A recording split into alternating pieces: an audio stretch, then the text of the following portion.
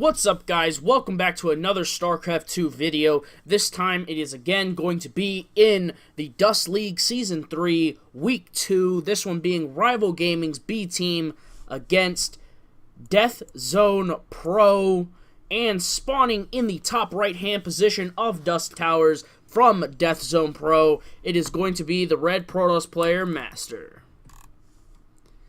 And in the bottom left, for Rival Gaming, it is going to be the Pink Terran player, Nitro.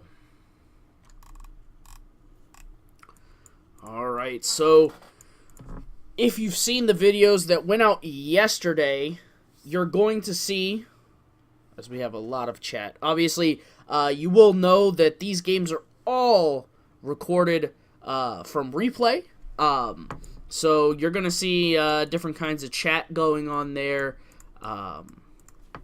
But yeah, so Rival Gaming's A team was casted yesterday, so please, if you haven't already, go check those videos out. The series isn't over, alright? Only 2 videos have gone out so far, so the series isn't over.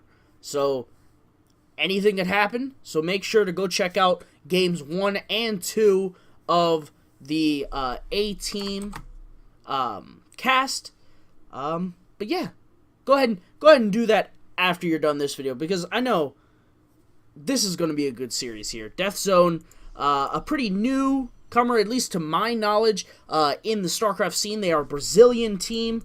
Master, a Brazilian Protoss player who just recently qualified for Copa America Season 3, and he's going to go scout. Both of these players, high Master, Grandmaster level guys. Nitro, known for his little cheeky plays, a little something different, something that not everybody's gonna be expecting. And Master's got the right idea. He's gonna come down here. He's gonna be saying, "Hold on." He can't talk due to the flu. There you go. Y'all know it now. I believe Dipwood was casting this series. So yeah. Cool. I'm a big fan of Dipwood. He does a heck of a job every time I see him play, every time I see him do what he's got to do. He does just a really good job. And Master, he came in here, he's seeing a lack of things, right? He's seeing just a lack of things. And behind this, we got double factory with Cyclones coming out. So this is going to be a lot of pressure right at the front with Cyclones.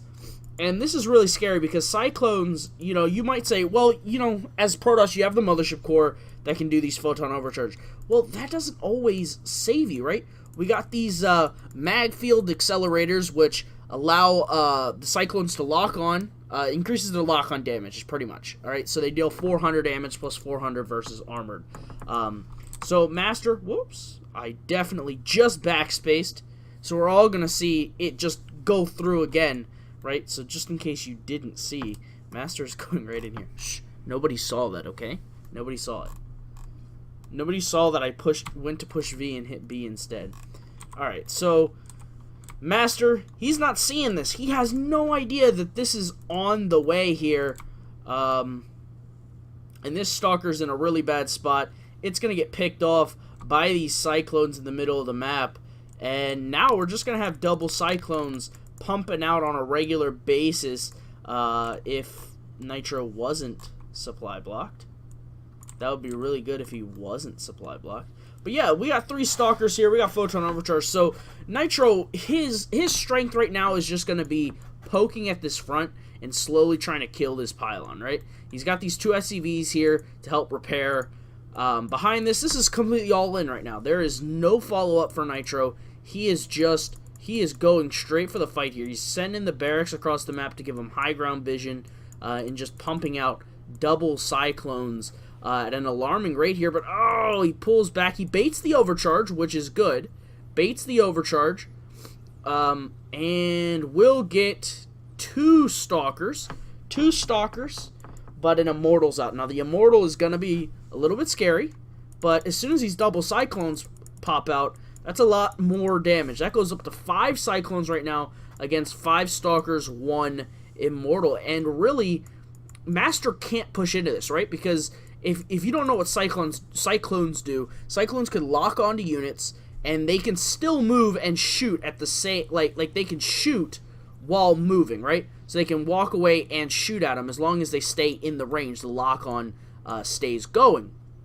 So he pretty much can just dance around these stalkers as long as he stays in vision and in the range. He has no problem. He can just sit here, pick off an immortal like that. You know, pick off a stalker, weaken a stalker, pick off and you know, they can target buildings as well, so he can pick off a pylon here and there. And he's just, the higher the cyclone count gets, the more things he can lock onto at one time, and he can just start picking them off. And the only thing going for Master is he's got this fully saturated natural, and he's just going to start adding on more units, right? He's going to be adding on more units to the point where he can just kind of pummel through these cyclones, right?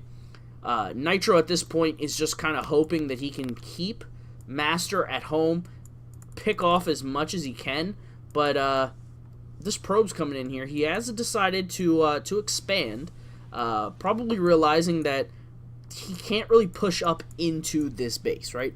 He can't push up and make and force something to happen, right? He's going to be throwing down a third base, throwing down 2 more factories. He's going for a mech play here. He hasn't spotted the pylon that's right in his face right now.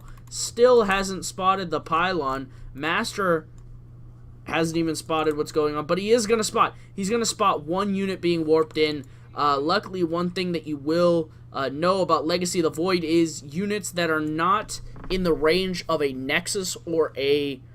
I think it's a Nexus or a Gateway, right? If that's not true, leave it in the comments and let me know, right? Because I don't play Protoss. I've honestly fallen a lot behind in the stuff that's going on with Legacy of the Void that I'm kind of getting back into, but I believe it's a Gateway and a Nexus, right? Or maybe it's a production facility. I think it's a Gateway and a Nexus. Or Warp Gate, either one.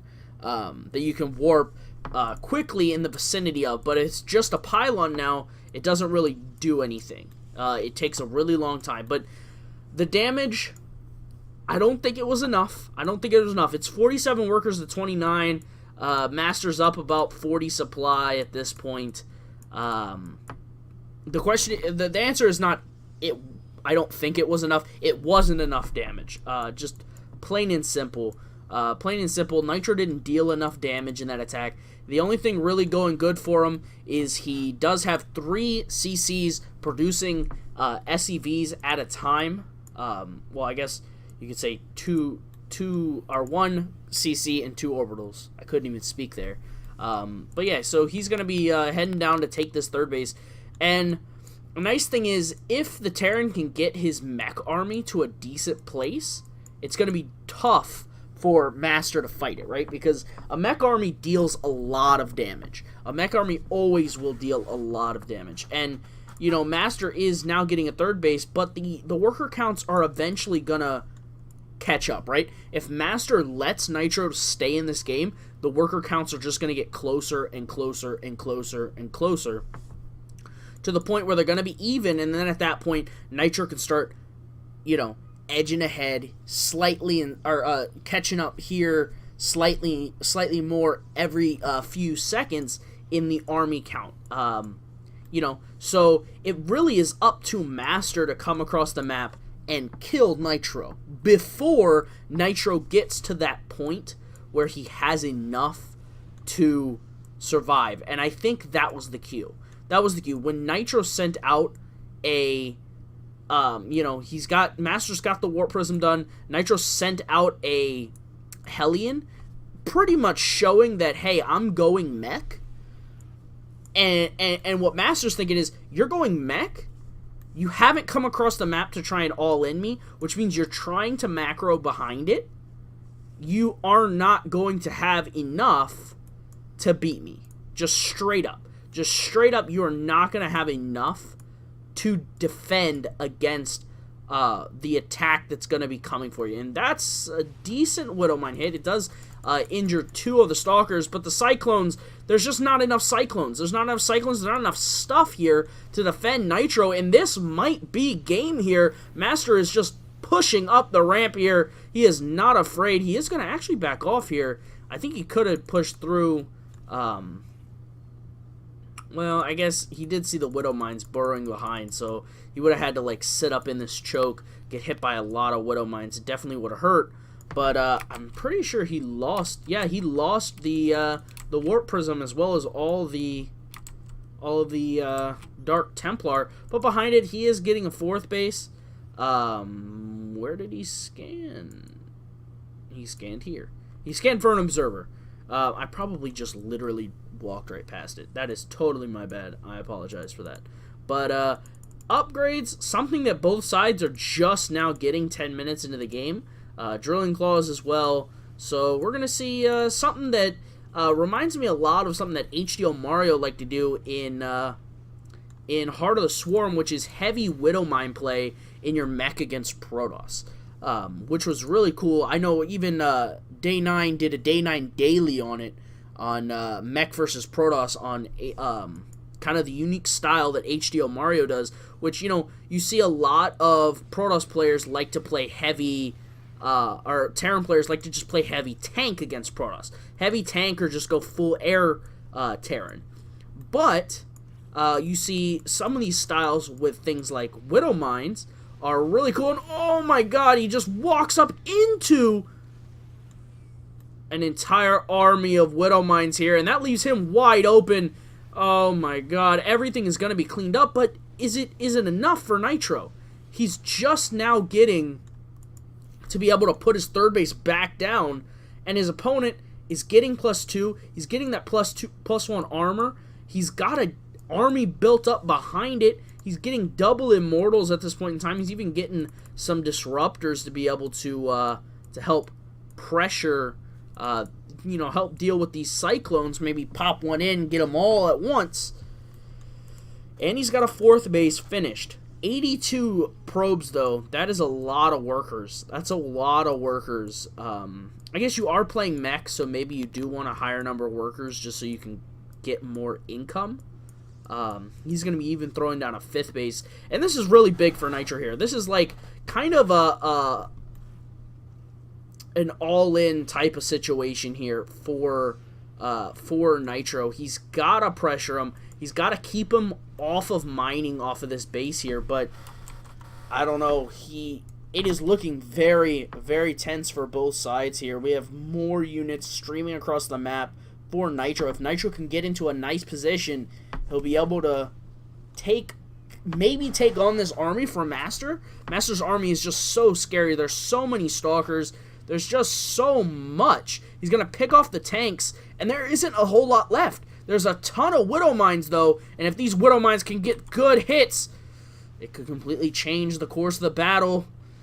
Will they be able to get the hits? They're going to get the Tunneling Claws, and the big hits are going to come out. They do whiff a lot of them. That could have been Master's army disappearing there, but he does win the fight. And now, what does Nitro have back at home? He's down 40 supply. He's got 1 tank and a handful of Hellbats. 2 tanks, sorry, and a handful of Hellbats.